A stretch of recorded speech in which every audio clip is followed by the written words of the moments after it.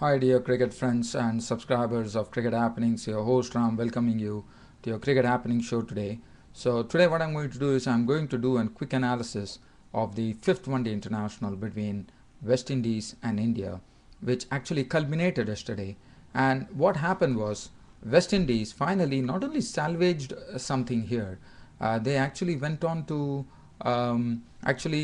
make this series very evenly contested, because India definitely took the series 3-2. So, well, I would say this was a very closely fought series, because West Indies really came back hard after suffering three reverses on the trot, and then picking up two good wins. So, just doing an analysis of that. Yesterday the match was played at the Sabina Park, Kingston, in Jamaica, and for India, yes, it would have been something which they would really savor, especially as you know the depleted Indian side. Suresh Raina leading the team, so he would be very happy to have got this one-day series win under his belt, and look forward to the Test matches now. Now, as far as this match was concerned, this was played at Sabina Park, Kingston, in Jamaica, and this was a test for India against the pace and bounce on this pitch, because this was a different pitch altogether. And India have never encountered such a pitch in West Indies, because they all been like turning tracks. So this was a pitch which was really testing the Indian youngsters batting there. And well, India made 251 all out. In fact, they were the ones who actually batted first, because West Indies won the toss and inserted India in. And for India, well, the best part that happened was Virat Kohli getting into some good form and playing some beautiful strokes. He was looking absolutely superb. His wrists were flowing very well. He was driving on the offside very well. He was flicking off the toes. I mean, everything that Kohli did was full of confidence, and he was the one who really showed what a player for the future he is, by really taking it single-handedly against the pace bowlers. Yes, Roche bowled very well. Russell also bowled. I'll be coming to that later, because I'm just doing an analysis here. But the person who took the cake was Darren Bravo with his knock. Well, what was very interesting was he started off in a very sedate fashion, just biding his time at the crease. But when the batting power play came, he just exploded. Just to talk about what happened in that batting power play. Batting power play was taken with West Indies score at 172 for 2. 80 runs were required from the last 8 overs. And what Darren Bravo did was something absolutely excellent. He really bided his time. He was not attempting any fancy shots. He was playing according to the needs of the game. But when it was 80 runs required from 8 overs, 10 runs per over, just imagine this. Darren Bravo took absolute advantage of the power play and took West Indies to victory. Well, Bravo was there at the crease, and Bravo started off by hitting Ashwin for over long on for a six, followed it over deep mid wicket for another six of Ashwin, and the next over from Vinay Kumar, who was bowling very well till such time, got clattered as Bravo once again actually showed his wares there by clattering Vinay Kumar over the wickets for a six. And Bravo actually started off that. In fact, he also hit two sixes of the bowling of Mishra. Yeah, in all he had six sixes, so that was something that Darren Bravo did. He was stumped by Patel of the bowling of Mishra for 86 of 99 balls, 3 fours and 6 sixes, and he was definitely the man of the match for sure. In fact, no, it was Andre Russell who was the man of the match. I'll be talking about that, but I will come to that later. But just continuing on the Indian innings.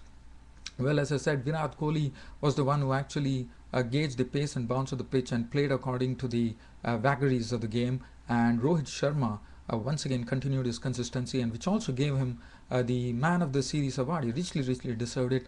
He was very consistent. In fact, today also he, after 3 wickets were down early today.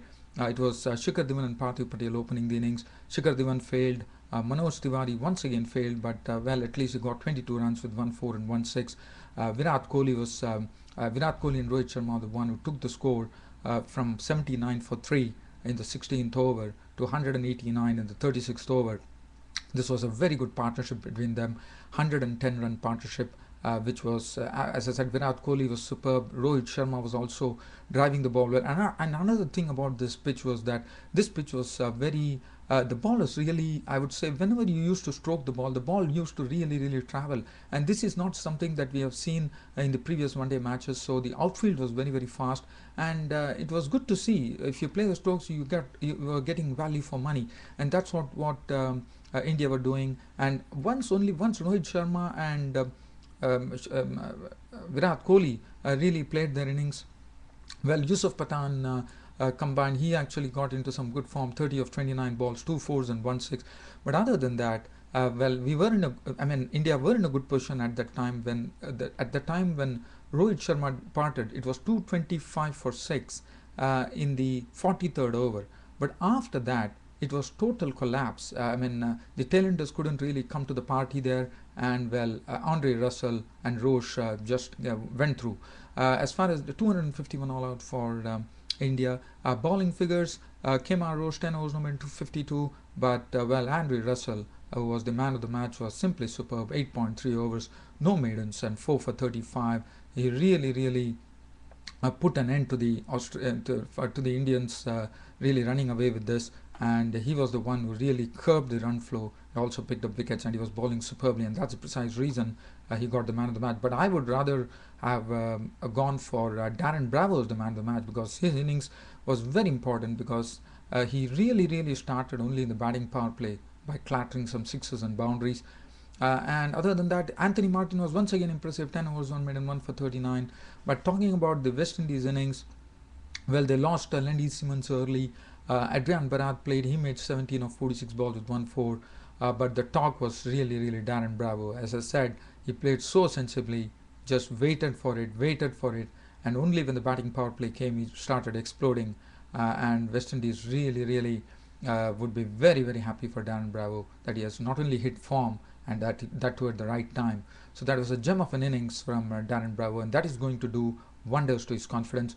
Now Ramniraj Sarwan was retired hurt for 75, but Ramniraj Sarwan played a very good hand in his score of 75 of 94 balls, because he was not very sedate, I would say. He really started playing some strokes. He also hit some six of the bowling of Mishra, and he was doing very well. In fact, unless and until he got those cramps and he retired hurt, but he was an able foil for Darren Bravo, because that was the partnership which really took West Indies to victory. Because from 53, it went on to 156. So you could just imagine 103 runs added between Darren Bravo and Ramniraj Sarwan.